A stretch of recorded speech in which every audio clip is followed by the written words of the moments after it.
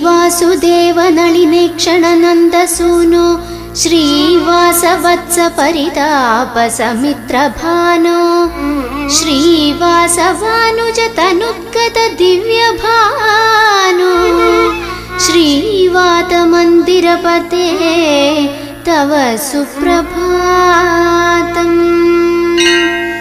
भक्तावनैकपरनैकविधैः काशारिक्तान्तरङ्ग कृतवास कृपापयोधे मुक्तावली विलसनालय विश्वहेतो श्रीवातमन्दिरपते तव सुप्रभातम्।